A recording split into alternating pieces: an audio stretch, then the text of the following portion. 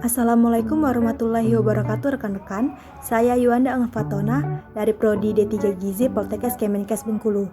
Di sini saya akan sedikit memberi edukasi tentang pengenalan budaya anti korupsi. Baik, kita harus tahu terlebih dahulu apa sih yang dimaksud dengan korupsi.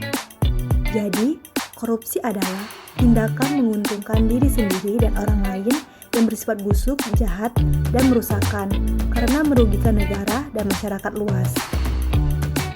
Dalam pasal 3 Undang-Undang Nomor 31 Tahun 1999 tentang pemberantasan tindak pidana korupsi, korupsi dikategorikan sebagai tindakan setiap orang dengan tujuan menguntungkan diri sendiri atau orang lain atau suatu korporasi, menyalahgunakan kewenangan, kesempatan, atau sarana yang ada padanya karena jabatan atau kedudukan yang dapat merugikan keuangan negara atau perekonomian negara.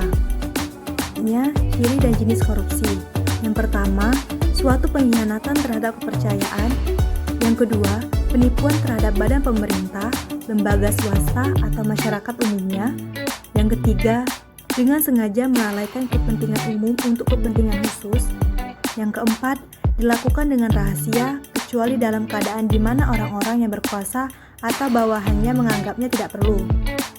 Yang kelima, melibatkan lebih dari satu orang atau pihak. Yang keenam, adanya kewajiban dan keuntungan bersama dalam bentuk uang atau yang lainnya.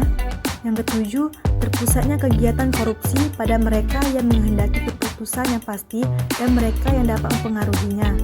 Yang terakhir, adanya usaha untuk menutupi perbuatan korup dalam bentuk pengesahan hukum.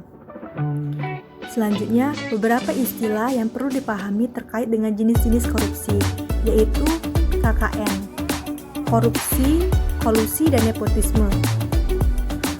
Tindak pidana korupsi yang termasuk dalam tindak pidana korupsi adalah setiap orang yang dikategorikan melawan hukum, melakukan perbuatan memperkaya diri sendiri, menguntungkan diri sendiri atau orang lain atau suatu korporasi. Kolusi merupakan sikap dan perbuatan tidak jujur dengan membuat kesepakatan secara tersembunyi dalam melakukan kesepakatan perjanjian yang diwarnai dengan pemberian uang atau fasilitas tertentu sebagai pelicin agar segala urusan dapat terselesaikan dengan lancar. Yang ketiga ada nepotisme, yaitu setiap perbuatan penyelenggaraan negara secara melawan hukum yang menguntungkan kepentingan keluarganya atau kroninya di atas kepentingan masyarakat, negara, dan bangsa. Faktor-faktor umum yang menyebabkan korupsi. Yang pertama adanya greed, yaitu keserakahan, berkaitan dengan adanya perilaku serakah yang secara potensial ada di dalam diri setiap orang. Yang kedua ada opportunities, kesempatan, berkaitan dengan keadaan organisasi atau instansi atau masyarakat yang sedemikian rupa sehingga terbuka kesempatan bagi seseorang untuk melakukan kecurangan. Yang ketiga ada needs, kebutuhan, berkaitan dengan faktor-faktor yang dibutuhkan oleh individu-individu untuk menunjang hidupnya yang wajar. Yang keempat ada exposures, pengungkapan, berkaitan dengan tindakan atau konsekuensi yang dihadapi oleh pelaku kecurangan apabila pelaku ditemukan melakukan kecurangan.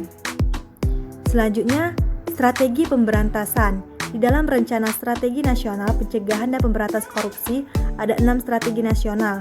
Yang pertama ada pencegahan, kedua penegakan hukum, ketiga harmonisasi peraturan perundang-undangan, yang keempat ada kerjasama internasional dan penyelamatan aset hasil tindak pidana korupsi, yang kelima ada pendidikan budaya anti korupsi, yang keenam ada mekanisme pelaporan pelaksanaan pemberantasan korupsi. Selanjutnya ada strategi pemberantasan korupsi. Yang pertama ada represif, yaitu strategi ini adalah strategi penindakan tindak pidana korupsi di mana seseorang diadukan, disidik, dituntut, dan dieksekusi berdasarkan saksi-saksi dan alat bukti yang kuat. Yang kedua ada strategi perbaikan sistem. Perbaikan sistem dilakukan untuk mengurangi potensi korupsi. Caranya dengan kajian sistem, penataan layanan publik, melalui koordinasi, supervisi, dan pencegahan, serta mendorong transparansi penyelenggaraan negara. Yang terakhir ada strategi edukasi dan kampanye. Strategi ini merupakan bagian dari upaya pencegahan yang memiliki peran strategis dalam pemberantasan korupsi. Melalui strategi ini akan dibangun perilaku dan budaya anti korupsi. Edukasi dilakukan pada segenap lapisan masyarakat sejak usia dini. Mungkin itu saja rekan-rekan yang dapat saya sampaikan. Sedikit edukasi yang dapat saya sampaikan. Semoga bisa disalurkan kepada yang lainnya dan semoga bermanfaat. Kalau bukan kita siapa lagi, kalau bukan sekarang kapan lagi? Mari kita memberantas korupsi bersama-sama. Mungkin itu saja yang dapat saya sampaikan. Lebih dan kurangnya saya mohon maaf. Sekian, terima kasih. Wassalamualaikum warahmatullahi wabarakatuh. Terima kasih yang sudah berpartisipasi dalam Zoom ini.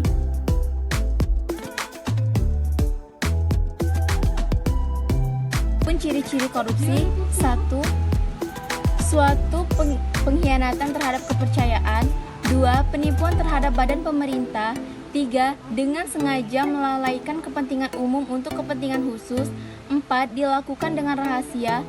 5. Melibatkan Berkaitan dengan keadaan organisasi, instansi, ataupun masyarakat yang sedemikian rupa sehingga terbuka kesempatan bagi seorang untuk melakukan kecurangan. Faktor yang ketiga yaitu needs, kebutuhan.